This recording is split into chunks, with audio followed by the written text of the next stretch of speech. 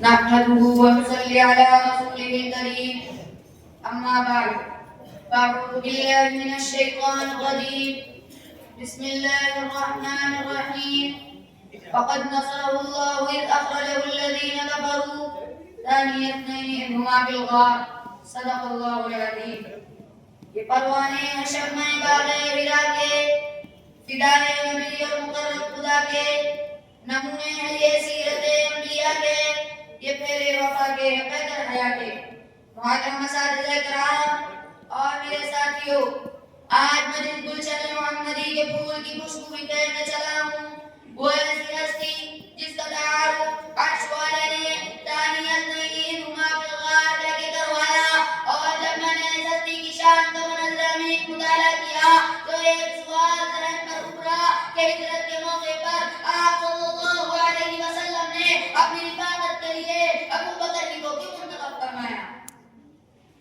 اور مطلوبات کے علاق میں صحابہ رضی اللہ عنہم کی امامت کا تاج انہی کے سر پر کیوں رکھا. اس کا جواب اس انداز میں ملا کہ آپ صلی اللہ علیہ وسلم کی نبوت اور رسالت پر سب سے پہلے ایمان لانے والا ابو بکر، جس نے کعبے میں سب سے پہلے خطبہ دیا وہ ابو بکر، جس نے سب سے پہلے کلمہ پڑھا وہ ابو بکر، جو غار میں سب سے پہلے داخل ہوا وہ ابو بکر، جس نے اپنی چادر کو پھاڑا سوالوں کو بند کیا وہ ابو بکر، جس نے اپنی گود کا بستر بنایا وہ ابو بکر، جس نے اپنی گود میں آقا کو سلایا وہ ابو بکر، جو غار سے سب سے پہلے باہر آیا وہ ابو بکر، جس نے بکری کا دودھ دھویا آقا کو پلایا وہ ابو بکر، جو قبا کے مقام پر سب سے پہلے پہنچا وہ ابو بکر، آقا کی زندگی میں جس نے نماز پڑھائی وہ ابو بکر، آقا کے وفات کے بعد جس نے امت کے ایمان کو سنبھالا وہ ابو بکر. میرے دوستو، حضرت ابو بکر صدیق وہ ذات گرامی ہیں جنہوں نے اپنی پوری زندگی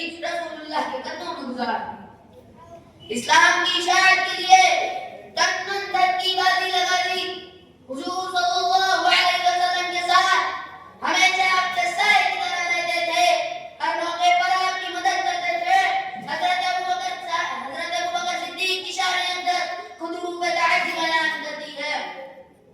الف تیمم صحابہ ابو بکر، باقی خطوں کے آگے نہ جھکنے والا ابو بکر، ذات تابع سنت ابو بکر، ذات ثابت قدم رہنے والا ابو بکر، جیب سے جذبہ جہاد سرشار ابو بکر، حاضر حسین صحابہ ابو بکر، خاتم خلیفہ بلا فصل ابو بکر، ذات دعوت حق دینے والا ابو بکر، ذات ذکر خدا کرنے والا ابو بکر، ذات رہبر امت ابو بکر، ذات زینت صحابہ ابو بکر، سین سے سچوں کا سردار ابو بکر، شین سے شیر خدا ابو بکر، صوت سے صاحب کمال ابو بکر، صوت سے دلالت کا در و دور کرنے والا ابو بکر، صوت سے طاہر و مطہر ابو بکر، صوت ظالم و جابر مسلم کذاب کی گردن اڑانے والا ابو بکر، عین سے عامل قرآن ابو بکر، غیب سے غیرت مند ابو بکر، فاطمہ رضی اللہ عنہا کی شادی کا پہلا گواہ ابو بکر،